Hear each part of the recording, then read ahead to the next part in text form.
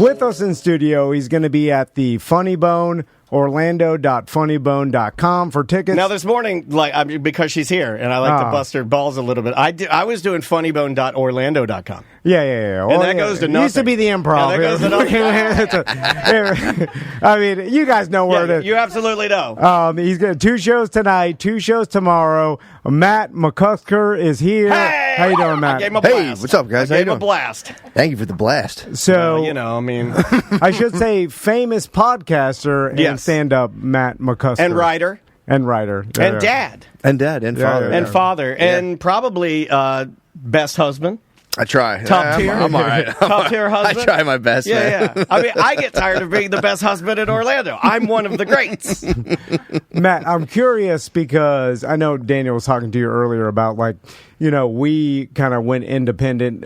We started out in morning radio, and started doing podcasting back in 2009 at the fucking beginning of podcasting. Yeah, that was everybody, the beginning. Was doing shit and no one knew what downloads, what numbers were actually good, because we actually got better numbers way back in the day. Because when the there was numbers are so fucked up that at one point, true. This is a fact. At one point, I like telling you this because this is like a flex. We hit number 11 comedy podcast in the world. Yeah, that's awesome. But it'll never happen again. Well, there was only 15 podcasts back then. We're not. Were you hosting through Libsyn back then? We were. Remember when they just had you? Remember, we started. I'd watch the stats every week and be like, "Oh my god, there's someone in Australia listening." And yeah. We did the same shit. It was Australia too. It was the same guy. Remember they cut the stats? They're like, "Oh, your stats are not really your stats." And they give you the new stats. You're like, "What?" He knows. He knows about the great stat exodus. We went from 100. You know what the fucking stat exodus? That almost killed me. I'm an anxiety guy. I'm on so much medication and shit. And I was on your help thing or the other thing you have for mental health. My psychologist. I was like, this is a smart guy. He can help me. He gets like a doctor. He can help my life. And no, I was freaking out because we lost all of our downloads in one day. And I told my wife, they got cut in half. I was like, I'm not killing myself. I almost killed myself. I saw it and I was sweating it too. I was like, what? Yeah. But you know what we did? We left the same numbers for our advertisers. Yeah. That's a pro tip. I'll give you that one. I stole your farting. I have stolen your farting during Robin Hood ads. I've stolen that one. That's mine now. But you can have the one we stole. I thought they were going to drop us. Did you? Because you're not allowed to. You can't improvise on that Robin Hood ad. Apparently, you want me to tell you something? Yeah. We lost Manscaped. Did you? How'd you lose Manscaped? Because we said to. Ken, am I allowed to say this? Well, we got him back. We got him back. We got him back. It's like I'm like, take me back, baby. We lost Manscaped because we said to Manscaped, nobody fucking listens to this shit. Just say anything. They're just throwing money at us and they don't fucking care. They're too big to care. We'll never lose this, ever. We're gods. We said something to that effect. But then we forgot our salesperson sends them the clip. So they just watched it. And she was like, oh, this is avant-garde. Then she sent it out. We thought that they only care if the shit works and they don't care what they, but it turns out it's all, And I think we hurt our rep's feelings. He got real mad. Oh, he was like, yeah. He was like, hey, fuck you guys. And then, but we got him back. So, Matt, I'm curious to, when, after you started the podcast, because when was the exact year you started? 2016. Okay. I think it was 2015. It was right during, the Trump election. Okay. Is when we started kind of, doing it, I guess, regularly. And then was there a moment or a time period where you're like, oh shit, this thing is rocketed, we got a shit ton of listeners? Because I'm sure it was it was a slow build, but then did you have an insane amount of downloads and where all of a sudden you're like, oh, this could be a business? Is like a thing. It was a slow build. I remember I remember the first time seeing a couple hundred downloads and being like, whoa, and being like, nice. And then it went, and then we introduced Patreon later. And then I remember there was a point early on where the Patreon hit a point, because I always would work and do stand-up, and had all these other things going on. And then I remember, sitting, I was on a beanbag in my house, and I have a little roof deck in the old place I was at, and I was on a beanbag being like, oh, wow, I make enough money where I don't think I need to get a side job right now. And that was the big thing where I sat there nice. Just sat outside on a beanbag like I've done it. But not only done it, and this is something you and I were geeking out over a little bit, do it independently that's a different animal, man. Like, I mean, it's one thing to have a job. I had a radio job at one point. I hit it, and then we were syndicated, and I was making the most at that time that I'd ever made. And I was like, well, this is all I need to do. This is life. This is the way it goes. But this is it. This is different. It is. I think it's more fun, especially when you're doing like a creative thing. If you have someone in your head, like, don't do that. Like, I watched when Shane did SNL, and dude, they like came backstage when that's like it's insane. And they would come back, and it's this big deal, and you're supposed to be like in this kind of zone, and there would be like 80 people would come in and be like, do this, look this way on this thing, and it's just like you can't even think. It's like, dude, just do your thing. I saw a photo of you guys there, and I wondered if you were going to hang out.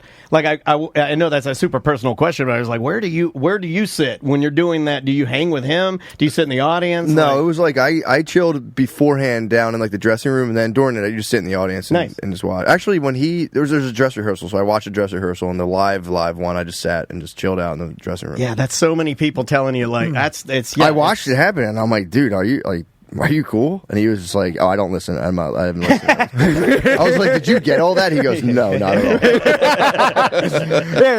That's fantastic. What's interesting to me is that you've never worked for like mainstream media, right? Like you never had to have that quintessential entertainment job where you're True Blood. I'm not a fucking True Blood. I'm not. But it's nice that I regret it every day, but I lie. Why? Is that stolen valor? If people ask me, and I go, absolutely, I didn't do that. What is to have worked in radio and then? I wish that I hadn't. Why? I don't know. It's a terrible place. I could see. I had an internship at a radio station when I was in high school. I got to do it was like career achievement stuff.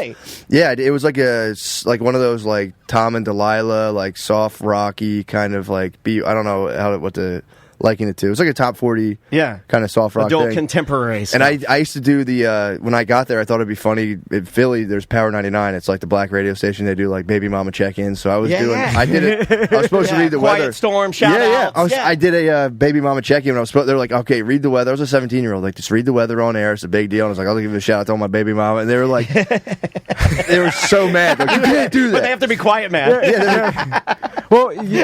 We can't talk about baby mamas on this radio station. It was funny. Yeah. Well, what's funny is like speaking of Patreon, those people don't exist on this station.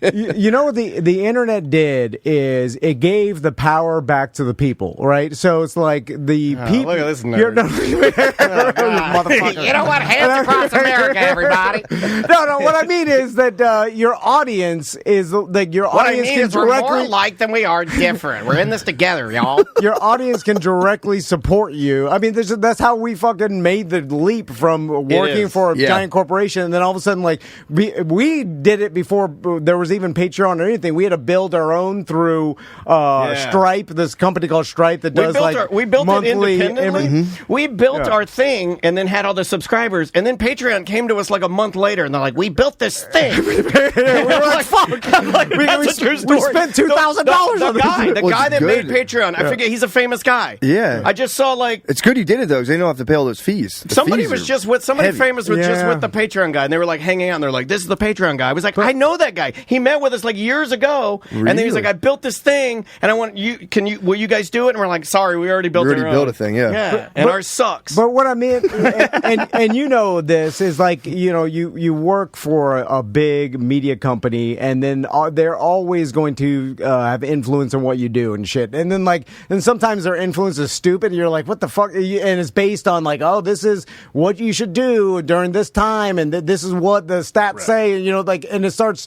You get into this fucking entertainment void where they're constantly giving you notes and shit to do, and then all of a sudden it strips away everything that people liked about you, and then essentially it's taken your fucking career because they've molded you into what the corporation wanted you. Anyway, you didn't have to do that. And then now it's like, oh, the people will support me no matter what, and all my listeners will support me through small increments of money, and then I'm free to do whatever I want, say whatever I want, and that's what the audience wants. It's crazy because it's the more pure way to do things. Than it's true. Way. Yeah, you don't have all that exactly, and it's like it's tough to mix like heavy commercial concerns with like if you want to discuss certain things, it's like, yeah, as soon as you're like, yeah, well, these guys are paying us. And I get it. Like, if you have a sponsor, they're paying you money, you don't want to be like, yeah, that sucks. I would never use this bullshit. yeah. I mean, but some of them are good, you know, and it's like, you know, whatever. I get it. I don't get too amped up about like the business part, but yeah, it does. When you try to make things for a massive audience, you're like, well, we have to make something appealing to everyone. It sucks. Or just appeals to like a giant general population of like American Idol stuff, which is like some people like that, but it's like there's also you can find 50,000 people who want something very specific, and yeah, you can just give that to them. And yeah. And then it turns out it's like you just bullshitting and talking about what you think is funny. That's what the people want. You know, it's kind of like so simple that it's like you start overthinking it. Me and Daniel do it all the time where you're like... I'm there, man. I overthink every show we do. It used to be so easy to do this. Yeah. And now, how many years have we done this now? How long have you guys done? Yeah, how long have you done this? You know, I don't know. I have the worst memory. Yeah. It's like we've been doing podcasting like 16 years, but we went on our own over a decade ago, like back in 2012, I left 13. the radio station in 12. And then you left in 13. And then, but it's interesting now because I can't sit and just do it. I got to be like, well, I got to give them the news. I got to give them something. No, that's good though. But you also reading helps a lot. If you read books now, nobody reads. So if you read a book, people are like, "Where are you getting this from?" Stealing from books, right? Stealing from books. Yeah. Also, books are on the internet, so no one can find where you got the information from. No, you can steal any book too, even brand new books that just came out. Steal them. Yeah. You know, it's interesting because I heard you on Rogan talk about your past and like selling drugs and and I know, and I want to talk to you about like you have a bunch of siblings and stuff. I wanted to sit and I was like, it was like such a good segment. I wanted drugs. Like I was like drugs. No. But you read a lot, and so it seems like former drug dealer, turned his life around with books. Yeah. Did you always like even back then? Did you read a lot? Yeah, I always read. Okay. When I was little, I used to read constantly. But I know, for me, it was just like I didn't like set out. Actually, I used to watch like the Bronx Tale stuff and be like, I would watch it with my dad. I'm like, that rules. He's like, that's a bad life. You don't want to do stuff like that. But when I was little, I'm like, it seems so cool though. Yeah. And then what really happens, I didn't really set out to do that. It was my friend. A lot of my friends got into pills. I'm sure, down in Florida. You guys oh my God. Yeah. Florida was the Mecca. This was Mecca. I am wrangling with the addiction currently, man. Yeah. Well, I'm sorry. But that's why I'm tapping my foot like a madman. We were in radio during the pill epidemic, and people would hand you pills. Yeah, I bet. They would hand you jugs of pills of dead people that were like, Mom. They'd be like, I know it's going to sound strange, but my cousin passed away. God bless him. Thank you for your service. He don't need these. Yeah, grandmoms were rock stars during the pill epidemic. Everyone like, yo, my grandmom gets like 50 perks a month. Yeah. At the Monster Jam, that Monster Truck Show, the pain pill. Did they shoot him out of cannons? Oh my God, that would be amazing. No one would leave. Though. They would be like, we have to leave. They gave me. Remember when they gave me the jug of hydrocodone? Yeah. By accident. They gave me by accident. I got a jug of liquid hydrocodone. What? Yeah, a jumbo, like a bigger than my novelty megaphone. And I used it for like a year. I would just be like, I used it like a fine whiskey. I would go to my cabinet and I'd pour it in the cap and I'd just take a little sip. And oh shit, dude. Well, what happened was I was just kind of, I grew up doing construction. My whole family does construction. So you're like, you're working for like $60 a day when you're a teenager, and it's brutal. And then my friend got into pills, and he was like, yo, I heard you're getting your wisdom teeth out. Don't take the pain pills they give you. I'll buy them from you for $200. In my head, I was like, deal. I'll take Tylenol. Man up. Yeah, so $200 is a lot of money. And my mom, no one knew anything. Medicine was just medicine. I didn't even know it was like drugs. I was like, oh, this is drugs too? And I was like, okay. So I remember just like hiding them from my mom, and she didn't know what the way they were anyway. And I just gave my friend $200, and I was like, I'm going to go get more of these things. I'll find these. And they'll give you more. They're like, still hurting more. Dude, I had a sore throat one time. Like, do you want Percocets? And I remember being like, no. That was the thing. And now you go for like something major here. Like I just had like injections in my hips because I'm old, and they're like, how's the pain? I was like, man, this is excruciating. They're like, we can give you 2. Yeah. And they put them in an envelope. They don't even give you a plastic container. Yeah, millions died, by the way. so bad. I truly didn't know how bad they were, and then I watched a bunch of my friends and stuff start to spin out, and I was like, oh, these are terrible. Yeah. And then they were like, well, we're just doing coke now. We're better. And I was like, oh, okay, cool. This stuff is kind of healthy, I guess. So, how was it growing up with 6 siblings? It was awesome. It was 6. So there's 6 of us, and then there was my 10 cousins across the street. Yeah. So it was my dad's one of 10 as well. That's wild. So man. they were like, they left. I guess it was like this little area outside of Philadelphia called Havertown, and then they bought this plot of land out. It was like rural, and it was now Garnet Valley. Now it's like all built up, but we moved out there, and there was nobody there. So we got this big plot of land, and my dad built a house, and his brother built a house. So we just grew up on like essentially like a compound. That's cool. And we didn't see like there was no cops out there. It was just like we used to have these huge bonfires and stuff, and it was insane. It was fun. Did you guys have your own language, or like? Well, they would burn, like they would just chop stuff down, and like they all did construction, so they had like machines and stuff. That's so we'd have these monster bonfires. Then the next day, me and my cousins would be like, "Yo, the embers are still going."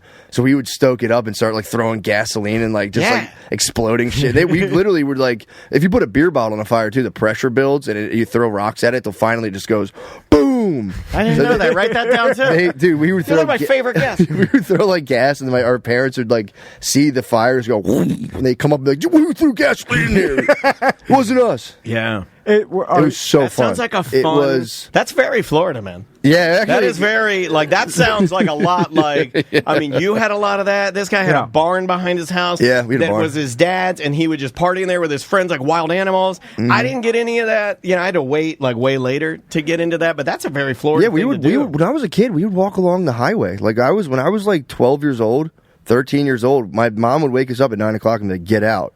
And then I like go to my cousin's house. And I like eat cereal at his house. I'm like, "Nice, you have good cereal." And then we would walk along the highway and just go into like Dick's or whatever store, the Sports Authority, and just ride bikes. Or we would just bother stores. And they'd be like, "Can we have a job?" And they'd be like, "No." I'd be like, "All right." There was a time where we would go and just bother stores. Mine was Guitar Center, a little more nerdier than you. So that's kind of tight. You probably got laid more. I go in there tippy tapping the drums, play. Dude, I love instrument. I love playing music. Play a little guitar. You a musician? Yeah. I play guitar. Yeah. No shit. Yeah, man. I was just on the Martin website looking at dumb new guitars. You know, like you got kids. You know, it does suck that our kids will never bother stores. Like, we're dads too. I got a daughter. He's got 2 sons. That's awesome. Like they're just going to hang out on the internet with their friends and then never Not my daughter. My daughter's getting into weightlifting. Nice. She asks me every morning for a weight bench. Really? How old is she? She's 8. She's gonna get yoked. I don't know. You give her a weight. Put one in the front yard. Let her sit out there like a gangbanger in L.A. Make a little muscle beach. No, I don't know where she got that. She's been asking for 12-pound. She wants 12-pound hand weights that she saw at her school. Yeah, I mean, I guess. Yeah, they do. That's my thing with my kids. Whatever they naturally are inclined to, I'm going to be like, just here. give them that. Yeah, for sure. And what got you into doing stand up like after all this? Like, were any of your siblings or cousins in the entertainment industry? No, none of them. Not all. I have an uncle who builds movie sets. Okay, and I live in Austin now, down near him, which is cool. But but no, nobody was in there, and everyone was either a nurse or construction worker. Yeah, and pretty much for the most part. But no, I just was like, I would watch it, and I was like, I'm going to try this out. And I would always be something that just kind of kicked around the back of my head. And I'm like, yeah, I want to try that. I'm going to try that. But also at my dinner table, it was very much like everyone just made fun of each other. It was brutal. So like you would sit down to eat dinner, and my brother would be like, "Nah, you're getting kind of fat," and you'd have to be like, "You're whatever." And then like my dad would just make fun of us. So you had to be on at all times. So you ate dinner, and if the whole table turned on you, you'd have to just take it, and then try to get someone to turn on someone else, and it was just nonstop. Yeah, it's interesting. Practice. That was every night, and you couldn't escape it. Yeah. It was terrible. Training. Time for training. It's all sharpened. And I think, and I wonder if you contemplated this too, because like as I'm thinking about it, I think that's what society wants is a real person that has real experiences that that grew up like not around the entertainment industry or whatever, like didn't the relatability use the word groomed, of an accurate actual human. But and then it's like has pumped gas before. Weird things like that. Knows how to work an ATM. And can make a sandwich. We have a nation of other construction workers and people that work real jobs and shit, and then they listen to you and Shane talk, and they listen to your podcast, and they're like, "Oh, these guys talk like I do." Yes. Yeah. And then it's funny because the rest of the entertainment industry is trying to not only rebel against that because of you can't say this, you can't say these words or whatever, but they're like, we want what these guys have, and I'm sure, but they can't do it because they're so fucking afraid of every word they say. Well, dude, I grew up doing, again, I was always on construction sites. I was saying on the way here, I would be in a trash truck with my dad. Him and his brothers own a trash company, so I would sit and listen to CB trash truck radio as like a 10-year-old and be like, yo, what's that mean? He's like, oh, that's a bad word you say about Indian people. Don't say that. I'm like, oh, I don't know. But I just would hear all this stuff. But then on construction sites, it's so diverse, all this diversity stuff. Construction sites might be the most diverse workplaces ever. Yeah. And everyone's just messing with each other. It's so unfiltered and so terrible. But everyone's just fine and they get along. And we have a great friend of the show that used to get bullied by the Mexicans on the side. Oh, dude. If they turn on you, you can't. Tuttle would fuck with the Mexicans, and then they locked him in the portalet, and then I think they tie bungee cords around it. Yeah, that's like Gulliver's Travels. They tied him down, and he wakes up, he's in the fucking portalet. Help! All these guys are 4-foot Mexicans tied him down. He never fucked with them again. And they're saying they used to piss in his basketball. That's what it was. He would go to play basketball, and he'd fuck with them, and they knew him, so they'd piss in his basketball, and then they'd throw it back at him. So funny. Piss ball. Yeah, on the construction site, they're saying the worst shit you can possibly imagine. People couldn't even fucking handle. Like, the shit they say on a construction site, the worst shit. And then you got all those dudes, and then they want to listen to something, and they have to fucking listen to, like, corporate radio or whatever the fuck, and they're like, well, fuck this. And then all of a sudden, you come along, and they're like, oh, well, this is how we talk. And then and then they like it. And it's fine, too. Like, I never worked in an office until I went to college, and I had an office job, and I was like, I thought you could just talk about anything at work because I was just doing construction. So I'm like, last night I met this girl, and my boss came in, who was a girl, and came in, and she was like, I can hear everything you're saying. You can't talk like that here. And I'm like, what? I just got here. I'm telling. This is what you do at work. I'm talking about fingering. I'm getting the cobwebs. It was the owner's sister of the company, and she came in like, what are you doing? I was like, I'm telling him what I did last night. She's like, you can't talk about that here. And I'm like, she's like, I always wear one, because I wear work clothes to an office, so I would wear a sweater every day, the same sweater. And then by the end of like 2 weeks, it would get so long on me. And she's like, you have to wash your clothes. And I'm like, these are my work clothes. They're supposed to be dirty. She's like, no, dude, you're in an office. I'm like, oh, my bad. I don't know.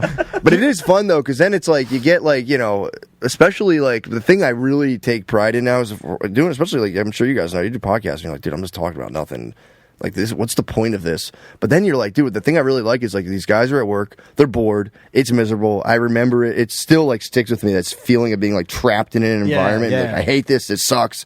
So I do like to like. Now I'm just like I'm just like a fungus that's like I'm just like in people's brains now. That like it's like a weird symbiotic relationship. I'm like, guys, please give me $2. I'll just talk about stuff and research stuff. We'll get through this together. Please, for the love of God. I like that attitude. It's nice. Like, you were also talking about podcasts on the beginning of one show. You were talking about how, and I loved the impression of podcasters on like a bad week or bad news. Bugs, you call it when you go, and they're like, they're like, oh, they hit the and they eat the fucking bad shit. And I was like, oh my God. I was telling you that this morning. I was like, that is the perfect like analogy for what it's like something horrible happens, and then most podcasters are like, oh yeah, yes, it's so good. Yes. I want to talk to you about doing media because like doing it right now. So Krista's sitting next to me. We've been in this business long enough. We saw like everybody brings the comedian to every morning show and fucking radio show, and you promote your shows and stuff. Yeah. And then we saw like it kind of slowly slip away where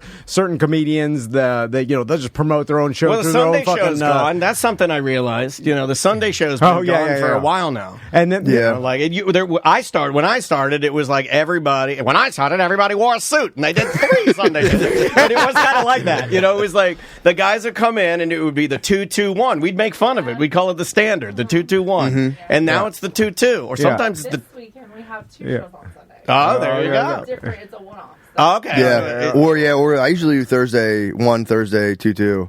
But I'm trying to just start doing Friday. I like Friday, Saturday because I have little kids. I don't want to be away from them, so I want to do 2 days and get out. Man, being away from the kids has got to be terrible. But going back to like media, so then you do these like morning TV and hits and shit, and like we joke around about how weird they are because it's a bizarre but short they're not real. thing. The people aren't real. It's not a conversation. The local news is the word. That's the one I'm like, I don't want to do. Because it's just like, and you don't want to be mean because you want to like, I'm about to shake these guys. It's like, dude, you don't have to be a dick and just be like, yeah, they're just trying to do their fucking job. Exactly. But it does, yeah. You get down there and like, I will watch that though. The guys that are like, I'm gonna fuck these guys. Oh, it's hilarious. I'll watch it, but I don't want to be a part. You're the right. whole time along the way, I'm like, I'm gonna bring up Israel and Gaza. I'm like, why would I do this to this lady? I'm not gonna put her. Yeah, they're trying to help me. What's your opinion? Yeah, you guys want to talk about stuff? Genocide, you. Yeah, and I don't even know anything about it. And I'm like, what are you doing? Like I'm some moral authority to be like, I know what's going on over there. I don't know. It's terrible. But yeah, I'll like catch it and I'll get there and it's just some nice person and I'm like, and then I just sit there and I'm like, yes, my show's what you can expect of them. Oh, I don't know. They're very funny. And it's just like, what am I doing? Yeah, because you're like, is this doing anything? But like, I try not to take a negative attitude. It's easy to be like, take this like superior, like, I don't even do that. Now I just try to have fun. I go there, I'm like, yeah, I'll come down here and have fun. And like, don't have to be so self-serious or so like, what I do is this, or it's all stupid. I don't know. I'm like, just have fun. Yeah, exactly. Because at the end of the day, too, they're trying to sell tickets to your show. So exactly. So it's but like, are they really? I think true. But I think though, what happened was that remember the Louis show. Yeah. He did that segment on that show about morning radios, and he would do that thing. I don't know if you've seen it. It's very funny. It's just he's in a room. The guy's like, all right, and it's hilarious. But I think that gave comedians a thing for a while where they were like, yeah, I hate morning radio too, and it was like. So maybe some people are hesitant, or it is one of those things where like, if you see ticket sales, you're like, I don't have to do that. I think it made people self-conscious, though, too. I think it made, like, I know exactly what you're talking about, and I think when I watched it as, like, a former radio person, when I saw that, I was like, oh, shit, it's really it was accurate. Funny. It was so spot on. And it's very accurate, like, it's like, yeah. But I've done a couple radio things recently, and it's a lot of also people who are doing radio also do podcasts, so they kind of understand how to, like, it's not such a tight kind of, like, we have 12 seconds to talk about this. Here's this thing. It's like you just kind of shoot the breeze. The last couple ones I did, I was like, oh, this is fun. Nice. Yeah, they've loosened up a lot because they realize like this is the fucking reality of this environment now, where it's like people can listen to whatever they want. Used to be, it's like once you see HBO, you see HBO, a show on HBO, it's like I can't watch a TNT series now. It's like I can't do it. It's like you can't do it. Do you think you could ever? Wasn't that the Nashville Network? Was TNT the Nashville Network? No, TNN. Remember TNN, the Nashville Network? Sorry, I do this a lot. Crazy. What happened to the Nashville Network? The Nashville Network had a show where Roseanne's former husband, Tom Arnold. Okay. He would he would host My Big Fat Redneck Wedding on the Nashville Network. What? Yeah. Sorry, we can move on. No, that's hilarious. I never thought about TNN. I don't know why. Yeah, TNN. I'm trying to think if I actually remember. I'm like, I remember it. I think for a minute they wanted the whole channel to be like John Reap and all the more like southerny guys. Sorry, I'm weird. As your popularity grows, do you think you could ever, or do you think you ruined yourself to ever work for someone again? Because now you're working for yourself, you do what you want.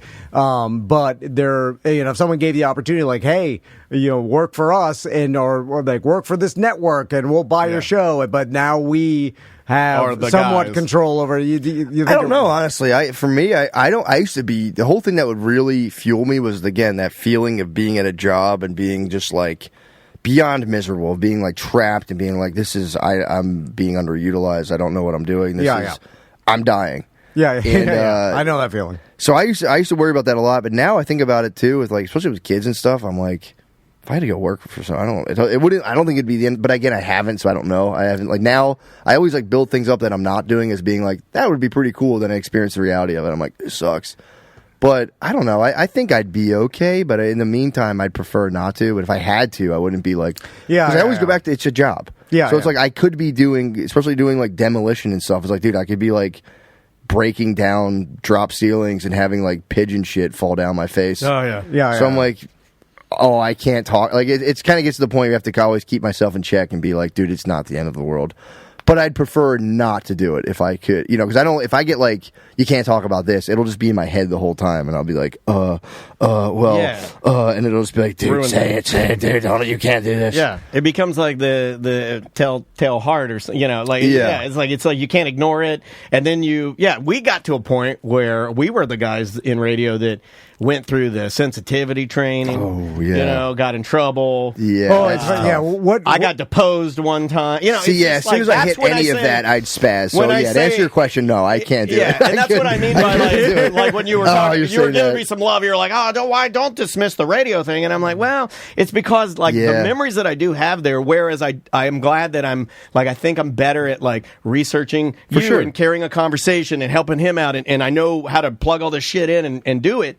The problem is like that the business of it is the absolute worst things. Yeah, but playing the tunes would be nice. Being able to, if I get in the middle of my podcast, be like, oh, here's a song I have. Take a 5 minute. I think about that all the time. I'm like, dude, I would love that. Dude, you can do that. Dude, you just need to buy the license. Yeah, I will. Which is very expensive. But I mean, it's like $55,000. But I mean, you can do it for a one-time thing. Well, I think it's yearly, and you got to like. And I could just start spinning the hits. Absolutely, you can do that. Absolutely. Yeah, but they can only hear it within a. But they're going to ask for your numbers. A small radius, and they're gonna want your numbers, and then they're gonna charge you based on your numbers. No. Yeah, But also, it's funny. The reason why we left radio was because we were doing a podcast and we were cursing, and they freaked out, and they're like, "You can't curse. Like that shit could affect McDonald's or what do you know?" Seriously, that was a reality.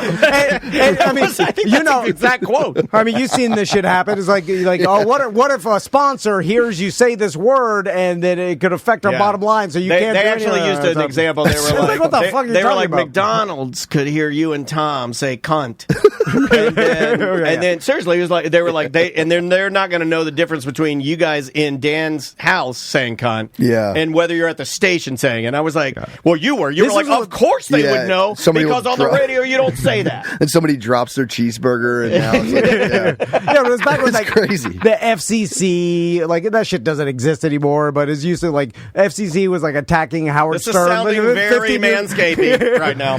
15 years, 20 years ago when like Howard, like morning radio would do some sexual bit and then everybody freak out. You never did any radio, right? No, I other than that one internship I did, that was it. Oh my God! Thank God. Yeah, I want to ask you about you put your dad hat on with this one because I think about this a lot, and so you obviously went through a struggle, right? And then now you came out on the other side, you're successful, right? And so I want my sons to be successful, but it seems like going through that struggle is pivotal to kind of making you well-rounded. And also making you appreciate like what you do have because you've seen the other side of it. Yeah, and he's obsessed with grit for his son. But you got to get him grit. But the problem is, as you know, like you do, if you go through the struggle, he wants his sons to want to wait. Like, here's the you don't want your kids to be fucking robbed at gunpoint at any time. You know what I'm saying? Exactly. But that experience made you who you are today. You know, my wife was always talking about that with our daughters. She's like, I want my daughters to be street smart. I'm like, you want them to negotiate with pimps? Like, what are you talking about? Like, I don't want my daughters to be street smart. Like, yeah. But I do. I get what you're saying, though. It's like, but honestly, it's just for me. What my dad did that I like now is like, ever since I was even like little, I'd be like, Dad, can I have some money to go to the movie theater? He'd be like, well, what did you do for me? And I'm like, he's like, you got to work. He's like, I would like hold buckets for him of nails while he would like build a fence. He'd be like, all right, here's $5. For like a week of work, I'd be like, sweet. Nice. 100% I have that in common. Yeah, my dad was always a tit for tat guy. It's got to be like, what did you do for me? Why would I give you money? You didn't do anything. Yeah, and so he'd drill that into my head. He's like, you have to work. So I think that's the best thing. And to make him get jobs. I was like 9. Oh, so he'd be like, well, I'm not giving you money to go to the movie theater. He's like, what are you dating? Now,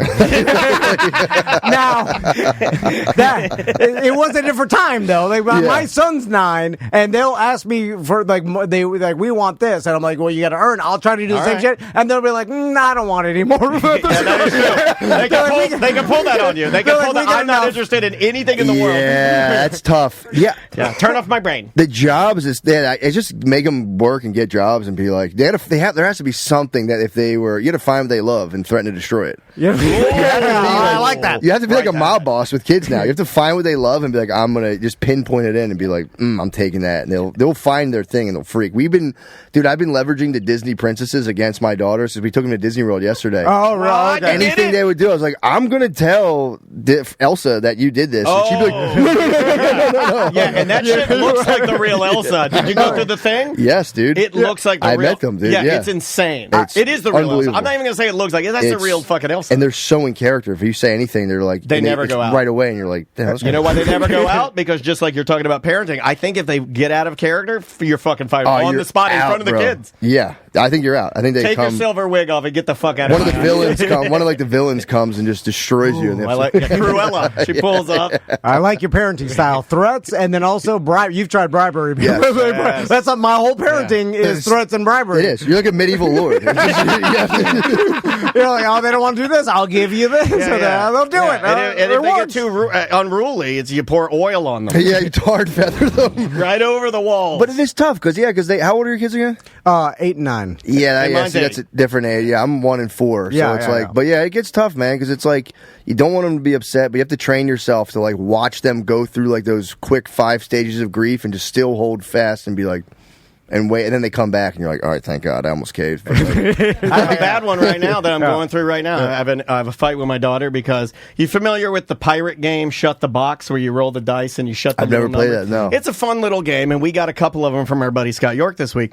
But my daughter, I watched her while I was making my coffee 2 days ago. I literally watched her take the dice, move them to the number she needed. Then she like waited, like kind of peeking out of her, like while I'm stirring, I'm like peeking, I'm stirring up my cream. And then I see her flip it down. She goes, I shut the box, I did it. And I go, no, you didn't. You cheated. And now it's become this thing where she's like, you don't believe me.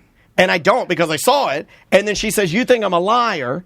And I'm like, yeah, because you are. And I don't know how to fix it. Yeah. I don't know how to fix this one. Yeah, you just have to. That's one. Well, here's the thing. I was reading a book recently, and they talked about how the books again. The books help, man. The books help. The guy was talking about how kids do need some sort of like firm wall to kind of run into in terms of like just not being like, you know what, everybody. It's like, no, you were lying. That's wrong, and they'll be pissed maybe for years. But that's she's not letting go. That's an important part of kind of identity formation of like there has to be a wall you hit against that's like pure disapproval, pure like, no, I don't care what you say about that, no. And then over the years, that helps them form like a really serious parts of their identity. So stick with what I'm doing. Yeah. All right. Man, hold fast. It's your principles. You can't I did lie. hold fast. I made her cry twice. You are the truth. You're the truth right now. Here's what happened. I rolled and I shut the box, and I was like, "Yeah, first person to shut the box in the family." Yeah. And she's like, "I shut the box yesterday." I was like, "No, you lied when you shut the box," and now she started crying again. Yeah. That's her just wanting to be you as well too, though. That's her looking up to you. She's like, "I shut the box too." But, all right, yeah. Books, write down books. Hold fast and let them just. There needs to be a thing because my parents were great at that. I'll give that to them. They were like, I hated them, dude. When I was younger, I fucking hated my parents. See, I want my sons to love me. I know. He wants them to be the hero. He's got 2 sons. Gotta be the bad guy. He's trapped in this gladiator thing where, like, every time he talks about his sons doing something, you're gonna get mad at me. But he'll be like, "Hey, my boys are running this race." And then he'll say, in the same breath, "Wouldn't it be great if I ran with them?" I'm like, "No, dog. You got to let them do their thing. You can't be there every step of the way. You can't come out of the woods and like flex and be like, I ran it with you." Well, you got daughters, so I feel like have a more fatherly influence. Like my wife's a good mom to her son. She's a great mom. Like I just want to be my son's friend. I just want to do Oxycontin with my boy. Come on, I'm a Floridian. It's tough. That's got to be because I don't understand I have girls and it's a lot more easier to like I would baby them big time, but now I'm starting to just be like, no, too bad, get over it. To an extent, you don't have to be like brutal. You can be like, give them their space and still enter all that nice stuff in there, but they do need, from understanding, like a firm wall, and it's just got to be, it's just got to be the deal. I feel like you're changing our life by coming in today. Well, you feel like we're going to get our families right. We are. The next time I see you, well, dude, think about kids. Like, I've changed. There's a lot of kids now that are the mental health stuff, like anxiety's through the roof because it's the phones, it's the screens, and it's just a free for all too. There's no like, I knew exactly where I stood, and obviously, it's like. I'm going to do something similar, but I'll have way wider parameters in my house. It won't be like, like my parents found porn, they'd be like, "That's disgusting. You're evil." And it's like you could probably have a more nuanced conversation now. It's like, Right, but I appreciate the fact that they weren't like, "Yeah, I got porn too. Let's watch it together." That'd have been crazy. That's not good. Oh, that would have been horrible. Oh my god! I'm still fucked up for seeing my mom's bush in the shower, and I still remember it. All I can. I still remember it. It's crazy. You know why I remember it? Because I remember the water falling out of it because it was big. You remember every drop. Yeah, it was a slow motion. It was like that movie with Brad Pitt movie. What's that movie you like? And your dad's... The Brad Pitt movie where it was crazy and it was swirls in the universe, and I was like, "What the fuck is this, Brad Pitt?" You see your stupid movie. Your dad's big megadon, Fat as fuck. Yeah, you're like, holy How's shit! that thing get with the fucking ham? You know what? Crazy. I talked all this shit. I'm Looks like a roll of hamburger from Winn-Dixie. I'm not damn. Because I have it burned in my goddamn memory my dad's megadong and my mom's bush. I was like, I don't want that shit. Fucked me up. And then I said, because I've been doing this shit longer. That's why he bicks his bush down. This guy bicks it down and baby oils his shit because he's so fucked up from it. No, but I remember saying on the podcast, like, I'm never going to let my son see my dick just so it's not burned into the memory. And then now they've seen my dick. They have to see your dick. Yeah. And then well, that's part of the power. I feel like if you have sons, you have to show your dick to be like, yeah, I'm still the fucking big gorilla. You do. Town. They're also they're the only humans in the world that believe in their heart that I have a mega dick. Yeah, dude. You know, I felt the urge. That's awesome right now. Like if you ask my son, he hates personal contact. I felt the need to fist bump him right now. No one else would ever say that, and then we'll never ever think that again. But my sons at this point in time, dude, my brother was we were at a restaurant, and his kid had been saying like, "Dad's dick is so big. Dad's got a big penis," and then my brother was like laughing.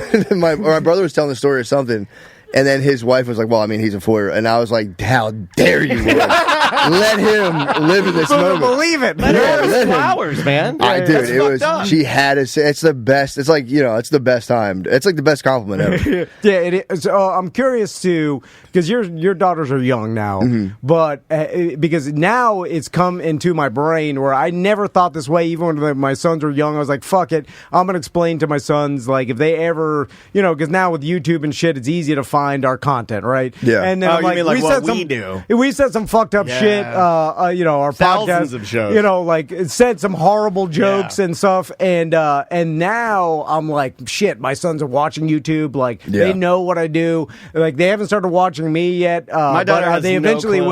will. And my daughter has no clue of what I do. And I'll explain it. Yeah, mine are so young they don't. But I think about that a lot. Like they're gonna find it one day.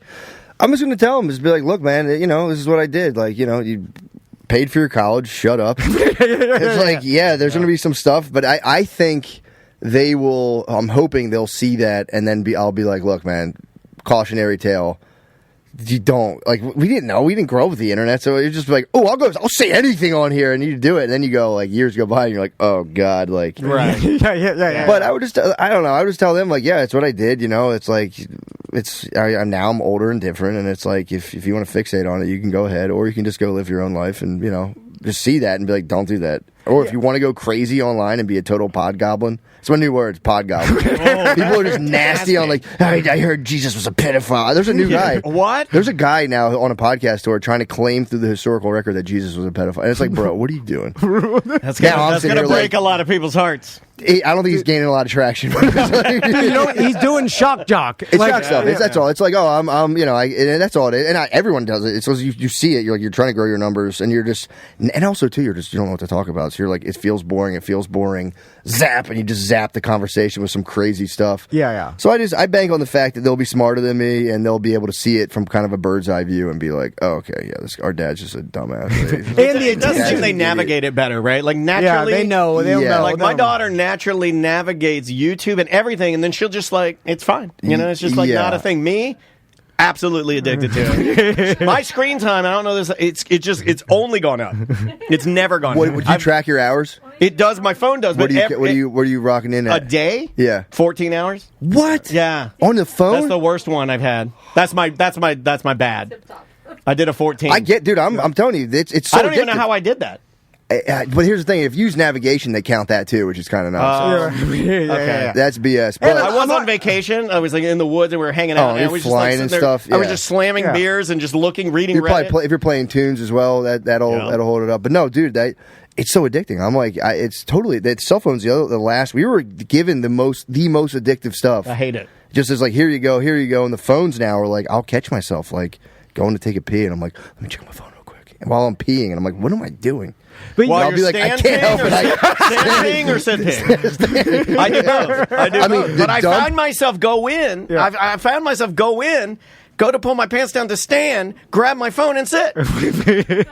Whoa! Because it's like I know what you're talking about. It's like muscle memory. Taking a dump on the phone, especially with kids, when you go to your wife, like, I got to take a dump. It's ruined me. You're just walking up the steps, like, I'm getting a 30-minute phone break. Yeah, I can't do that anymore. I had to go to the doctor. I got some problems. Oh, you can't sit for that long. I had a nasty hemorrhoid as well one time, and like I was like, I'm never sitting now. I'm right back to my own stuff. No, I stopped. I had a big one. So did I. I had like a butt blocker. Yeah, the ones that come out, it feels like a marble in your ass. Bro, it is crazy. When it finally pops, you're like, thank God. I never had it pop. Mine went back in my body. Oh. My body reabsorbs That's a vein that sticks out of your body. My body reabsorbed the vein right back into my asshole. But if I get stressed it'll pop out. And I reach back there, I can feel it, and it's like, I'm coming for you, motherfucker. Yeah, dude, those things are terrifying. Yeah, I had one. I can feel him back there. I had to and I was like in school at the time, so it would have popped it any day. So I had to have gauze between my ass. Oh, you were a younger man. I went back for my master's way I was old. I went back too. Did you? I went back 19 years later to just finish my bachelor's at UCF because how fun is college when you're older? It's like I crushed it. Yeah, it's crazy. I was the straight A's. Every paper I got one paper published. Awesome. That I wrote about the punk band Stiff Little Fingers. Nice. And comparing it to Ireland at the time or something. I don't know what it was about bullshit. But the teacher was like, "Can I publish this?" That's awesome. But then you're the old man in class. And no, all digital. There's older. It was all digital, and I used a young man's avatar. Cool. I used a young man's avatar. I wish I had. Just a hot young boy with his shirt off. Dude, it was cool. Being old in class was so fun. It was called a Career Changers program. So I'd be in there with 23-year-olds. Then there'd be me, and then there's people older than myself. And it was so much fun to just sit there and talk to 23-year-olds and be like, that's how you think things are. Okay. I couldn't help myself. They tried to kick me out. Really? Why? Well, it was because all the SNL Shane stuff happened. And then they didn't know I even was a comedian or did a podcast. And then when he got fired from SNL, that hit national news. I was still cool. And I had 2 more You're months a friend left. of his, huh? And then one of them put it together and they saw one of the articles and they were like, wait a sec, because I would get mentioned in them in a byline. And they were like, I know, and they started doing a little Googling, and they were like, oh, and then they started looking at my podcast. And this was Social Works. This was you want to talk about all the training, sensitivity training. This is the core of that field currently. And it's actually, I think it's a grave misstep because it's you're telling me you're gonna deal with homeless people and talk to them and be like, actually, as a BIPOC Native American, it's like I just stole a milk crate. I'm gonna do I want an Arizona iced tea, motherfucker. He's in a house built out of milk crates and tarps, and you're gonna be like, well, actually, the struggle of indigenous females. And they're like, oh, what? Yeah. So I always was like, this is crazy. You guys are pumping this into everybody, but. They found out, and they were at odds with me because I was just in class discussions. They'd be like, "How dare you?" They'd attack you because they knew you disagreed with them. They would spaz. Well, that's what you're supposed to do in the class. All right, exactly. Yeah. But they didn't want. And the teachers, the same thing. The teachers would be like, "Can you believe?" And the students would be like, "Oh, I know." And then as soon as you're like, "Well, they had a study one time where they were saying we've studied," and they say when the more you kind of get into and build your ethnic identity, the better it is mental health wise. And they're talking about people black people, Latinos, minorities. And I was like, okay. I was like, so is that for this is science. So it's supposed to be universally replicable. So I'm like, should I be pumped that I'm white? Because I feel like that would be kind of weird for me to be like, white. I love this so much. You're right. The lady spazzed. The lady spazzed. But that's what our show's about when you leave. No, she spazzed on me, and she was like, that's not what this is about. I'm talking about your ethnicity. I'm like, it's weird to be like, you're going to get out of your thing by being like, I'm so black. This is all. I'm like, it's just weird advice. There's better routes to build self-esteem. Because you surely see if everybody starts doing this, it would take us to kind of maybe a weird tribalistic place we want to try to transcend. Dude, they were just like, how dare you? But and just stuff like that, they would spaz. Yeah, I went to college in the early 2000s, which is still about beer and titties. Limp Bizkit break stuff. Back when Eminem made he was a global sensation. He's like, everyone's gay. And it was like, yeah. And then I missed the whole social justice warrior part of college. But last question, Matt, I'm curious to, because you are able to seemingly make your own schedule, and you got 2 young kids, like, how do you, because we've been struggling with that recently, where it's like, okay, we don't have to work for anybody. We can make our own schedule. How much do we want to work? You know what I'm saying? How much do you want to spend time with your family? Sometimes what do you look want at the bank account and I just want to go buy crazy shit. Like I look at it and I know what we have, and it's not a ton, but I think we can get 2 money saved. Supercharged jet skis. I'll tell you that. I think 60% of the population lives paycheck to paycheck. So if you have any money saved, you're crushing it. Which is crazy. I know. But to balance it out, so what I've been doing lately is like the key for me is I have to get up early. If I get up at like 5:30 a.m., whoa, yeah, I can get so much stuff done, and then that time I'll still exercise. So what I try to do is like I get up, we get the kids ready, I make breakfast, I do all that. The older kid goes to it's like a preschool, pre-K. The younger kid's at home. So then I'll like get everyone ready in the morning, and then I'll go off at like 9:30 and work from like I'll like do writing and do a bunch of stuff from like 9 till 3 or 4 depending on the day. Sometimes like 9 to 2. So I just get done what I can, then I just come right back. But it was a serious pressure for me to like I'm not getting enough stuff done, and I had to just come to peace with it. Like, all right, these are not the years I'm going to be the most productive. And I'm just have to let myself off the hook and just like try to get done when I can, but I'm not gonna. I was like miserable to be around. I'd be like, I'm not getting enough stuff done. I'd like complain to my wife and be like, you're not helping me write my thing. That I'm gonna not do in 2 months. A lot of not done things. Yes. But then you start looking in the future, and you're like, man, my future self is gonna be mad at me if I miss any time with my kids at this age. So it's like you. I never think of my future self. Because I think that's gay. You're like, technically, that's another dude. You're correct. I'm like, he'll be fine. He's fine. He's doing fine. It's like it's just a balancing act because you also can't just like 1,000% be like I'm just gonna sit here and capture every moment. It's like you can't. You just have to just like I just try to the thing that helps me the most is like I have an apartment that I use as an office. Okay. So I go to an apartment and I work and I'm totally undistracted. And as soon as I leave, we wanted to do that. It's so awesome, dude. We wanted one. There's one right over here. But then we started fantasizing about how we would cheat on our wives. That's the problem. We'd have all these girls. We have diddler parties. And, everyone I tell that I work in an apartment, they're like, everyone's kind of like smash bad. It's like, smash bad. It's like, no, I just go there and I write. But yeah, it's one of those things. Even you get in there and you're like, I'm gonna beat off in here. There's no video games. I'm gonna do something in here. I have nothing. It's a desk and I leave. What I do is fuck them on the desk. I've never done that. I would jerk off on this desk. I clear my desk and jerk off on it. No, you're like I can put a trampoline in here, like big. I want a massive keyboard. I leave when I'm done. I leave my laptop there and I just go home and I try to not think about work stuff as much as I can. Yeah. And I'll be like giving my kids a bath, like reading YouTube comments, like. Oh. Then I'll like catch myself doing that. I'm like, I put my phone down. I'm like, dude, I do it. Stop. And just be here. Don't get too worried about it. Being present is hard. I can't. It's tough. Yeah. I can't. I'm not. Well, you know what? Like they say that, but most of the time my sons aren't doing shit. I'm like, my wife has. They're not doing anything special. They're just sitting there fucking doing nothing. Fuck you. So I'm sitting there. We're all sitting on the couch, and I'm like, well, I'm gonna look at my phone, and then Chris is like, you're always looking at your phone. But I'm like, well, no one's doing shit. Tell them say you guys are boring. That's the weird part. You have to turn in one of those weird dads. Be like, everybody up right now. We're going to go run laps around the house. Everybody's miserable. Because it's all up to you. You're supposed to create the whole experience, and then you go, oh crap, this is on me. You're like, all right, let's do something. I'm like, hey guys, we're not watching TV tonight. And they're like, what? Like, what are we gonna do? And I'm like, we're gonna color. And they're like, what? And then you start. It's kind of fun though. I was on a no TV thing for a while. I'm like back and forth on it. But it is nice every now and again to be like no TV for a while and you just color and read. And like a fun thing to do with kids too is like you sit down with them like we're going to make up a story and then record a movie on our iPhone. Where you can like write a story with them and then just record little scenes on your iPhone. We haven't successfully. We can't. The script's still in production right now. Me and my 4-year-old are still working on a script. Yeah. We're like 3 pages. Flesh that out. We gotta get it going. Get it going. Proof it up. That's you can do a lot of fun stuff. But I'm the same way. I just default to like. Bluey. I'm like, all right, 7 p.m. We're gonna all numb out for an hour. Where's your dad? I like Bluey. I like Bluey. I think I've seen every Bluey. I know, so have I. Like, there was a time where we were like, no YouTube in the fucking house. And then... Well, you lost your way, dude. After you lost kids' YouTube, you lost your way.